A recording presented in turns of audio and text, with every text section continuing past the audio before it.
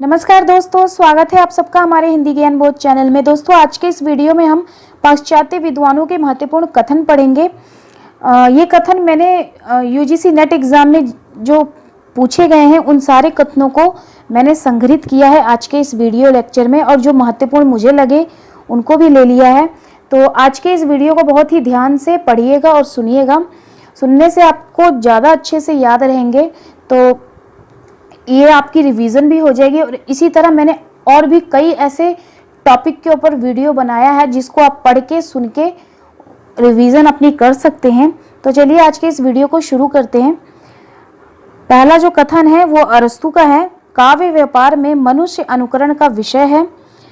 अगला कथन है, कविता को छंदोबद्ध अनुकृति किसने कहा? तो ये कहा अरस्तु ने। अनुकरण सत्य से तिगुना दूर है, ये प्लेटो ने कहा है। अगला है, काव्य सर्जन एक प्रकार के ईश्वरीय उन्माद का परिणाम है, ये भी प्लेटो का कथन है। कविता को उत्तोत्तम क्रम विधान कहा है, किसने कहा? कॉलरिज ने। आलोचना का विषय कवि नहीं कविता है, टी.एस. इलियट का है, ये भी पूछा जा चुका है। कविता सर्वोत्तम शब्दों का सर्वोत्तम क्रम विधान है, कॉलरिज का कथन है। काव्य श्रेष्ठ मनोरंजन है, ये टी.एस. इलियट का कथन है। कला प्रकृति का अनुकरण करती है, ये अरस्तु का कथन है। और ये जो छोटे छोटे जो कथन है ये कई बार सम्मेलन में इस तरह के प्रश्न बनते हैं, तो इनको आप ध्यान में रखिएगा। काव्य जीवन की आलोचना है, मैथ्यू अर्नाल्ड का कथन है। गुलामी मृत्यु से भयावह है, ये प्लेटो का कथन है। अगला है, काव्य जीवन का प्रतिबिंब है जो कि इसके नित्य सत्य में अभिव्यक्त रहता है, ये शैली या शैले का कथन है। कविता भाव और संदेशों को उद्दीप्त करती है और तर्क एवं विचार शून्यता को प्रोत्साहन देती है, प्लेटो का कथन है। काव्य रचना की प्रेरणा ईश्वरीय होती है और कवि देवी प्रेरणा से आविष्ट होकर काव्य रचना करता है, ये भी प्लेटो का कथन है। उदात्त महान आत्मा की प्रतिध्वनि है, लोजाइनस का कथन है। किसने घोषित किया कि ईश्वर की मृत्यु हो चुकी है? नीत्शे का कथन है, और ये एनटीए नेट में पूछा जा चुका है। सभी रचनाओं में आवयविक एकता होनी चाहिए, आंतरिक सामंजस्य के अभाव में कोई भी कलाकृति सुंदर नहीं हो सकती, ये भी प्लेटो का कथन है। चित्रकार अथवा किसी भी अन्य कलाकार की तरह कवि भी अनुकर्ता है, ये अरस्तु का कथन है। काव्य और गद्य में अंतर केवल छंद के कारण होता है, वर्ड्सवर्थ का कथन है। काव्य प्रकृति की अनुकृति है पर एकदम नकल न होकर उसका पुनः प्रस्तुतिकरण है, अरस्तु का कथन है। क्रोचे के अभिव्यंजनावाद को भारतीय वक्रोकृत का विलायती उत्थान है, चंद्र शुक्ल का कथन है। जिस प्रकार औषधियां द्वारा मनोविकार को बाहर निकालकर शरीर को शुद्ध करने की क्रिया विरेचन कहलाती है, उसी प्रकार काव्य द्वारा व्यक्ति की करुणा, त्रास आदि मनोविकार का निष्कासन होकर मानव मन का परिष्कार होता है, तो काव्य शास्त्र में विरेचन सिद्धांत कहते हैं, ये अरस्तु का कथन है। और दोस्तों, जो पहली बार हमारे इस वीडियो को देख रहे हैं, वीडियो को एक लाइक कर दीजिएगा और चैनल को सब्सक्राइब कर लीजिएगा। अगर आपको कंटेंट पसंद आता है तो इसको अपने दोस्तों के साथ भी शेयर करिएगा। और ये वीडियो लेक्चर आप में से ही किसी एक के कहे अनुसार मैं बना रही हूँ। मुझे लगा हाँ ये महत्वपूर्ण है टॉपिक, इसको करा के आपकी रिवीजन अच्छी हो सकती है, तो मैं इसको करवा रही हूँ अपने वीडियो में। तो वीडियो को एक लाइक जरूर करिएगा। कविता सभी प्रकार के ज्ञानों का प्रथम एवं अंतिम ज्ञान है, ये वर्ड्सवर्थ का कथन है। कविता का ज्ञान कवि की व्यक्तिगत साधना की उपलब्धि है, ये भी वर्ड्सवर्थ का कथन है। कविता ज्ञान का प्राण है, उसकी शुद्ध चेतना आत्मा है, वह राग द्वितीय अभिव्यक्ति है जो समस्त विज्ञान का आश्रय है, वर्ड्सवर्थ का कथन है।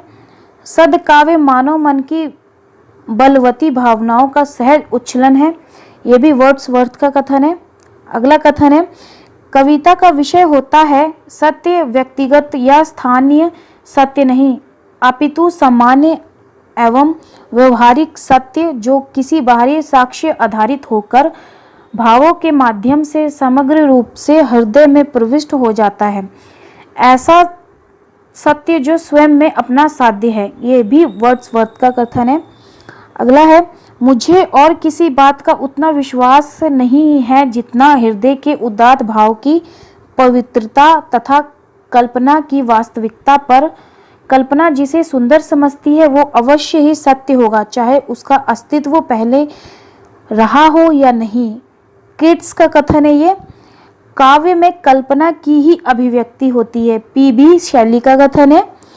वही व्यक्ति मूलतः अच्छा होता है जो कल्पनाशील होता है। कविता मनुष्य की आंतरिक शक्ति को समृद्ध करती है जो नैतिक गुणों का मूलाधार है। पीबी शैली का कथन है। सहज अनुभूति अभिव्यंजना की आंतरिक प्रक्रिया है ये क्रोचे का कथन है। रिचर्ड और एप्सन की शाब्दिक आलोचना पद्धति को किसने नींबू निचोड़ आलोचना लेमन स्क्वीजर क्रिटिसिज्म कहा? तो ये टीएस एलियट ने कहा है। ये आप ध्यान रखिएगा, ये पूछा जा सकता है क्योंकि किसी कॉम्पिटिटिव एग्जाम में पूछा था ये, तो मैंने इसको ले लिया है आज के इस वीडियो में। पागल, प्रेमी और कवि तीनों कल्पना से ओत प्रोत रहते हैं। शेक्सपियर का ये कथन है। प्रत्येक कवि शिक्षक होता है। मैं चाहता हूँ कि या तो शिक्षक समझा जाऊं या कुछ नहीं। वर्ड्सवर्थ का कथन है। आलोचना सांस की तरह अनिवार्य एवं नैसर्गिक क्रिया है। टीएस एलियट का कथन है। कविता कवि व्यक्तित्व की अभिव्यक्ति नहीं, व्यक्तित्व से पलायन है। टीएस एलियट का कथन है। कलाकार का मनोविज्ञान अध्ययन का निष्पक्ष क्षेत्र है। रिचर्ड का कथन है। नैतिकता सिर्फ दुनियादारी है और संहिता इष्ट सिद्धि की समानतम व्यवस्था की अभिव्यक्ति है। रिचर्ड का कथन है। कविता का अस्तित्व बहिरंग संतुलन और अतिरंग संतुलन के मध्य पूर्ण सामंजस्य के अर्थ में घटित होता है। एलन टेट का कथन है। आगे है, सच्चे साहित्य की प्रमुख विशेषता यह है कि लेखक बिना किसी भय या पक्षपात के ईमानदारी के साथ जो कुछ भी अपने पास देखता है उसका यथातथ्य चित्रण करे। जॉर्ज लुकाच का कथन है ये। कवि की वस्तु एवं उससे प्राप्त संवेदन से युक्त पुनः सृष्टि में उक्त दोनों तत्व आपस में मिलकर बिंब का उत्पादन करते हैं जिसमें दोनों का उपमेय प्रत्यक्ष होता है। सीडी लेविस का कथन है। अगला कथन है, कविता प्रबल भावों का सहज उच्छलन है। वर्ड्सवर्थ का कथन है। अगला है, काव्य और गद्य में अंतर केवल छंद के कारण होता है। ये भी वर्ड्सवर्थ का कथन है। काव्य भावपूर्ण तथा छंदोबद्ध भाषा में प्रकृति का अनुकरण है। ड्राइडन का कथन है। चलिए, ये तो खत्म हो गया। तो ये था पाश्चात्य विद्वानों के महत्वपूर्ण कथन। उम्मीद करती हूँ आप सभी को पसंद आया होगा और वीडियो को एक लाइक कर दीजिएगा। तो चलिए फिर मिलते हैं एक नए वीडियो में एक नए टॉपिक के साथ। और हाँ, अगर आप हमारे टेलीग्राम चैनल और व्हाट्सएप ग्रुप के साथ जुड़ना चाहते हैं तो डिस्क्रिप्शन में लिंक दे रखा है, आप चाहें तो जुड़ सकते हैं। चलिए फिर मिलते हैं एक नए वीडियो में एक नए टॉपिक के साथ। धन्यवाद।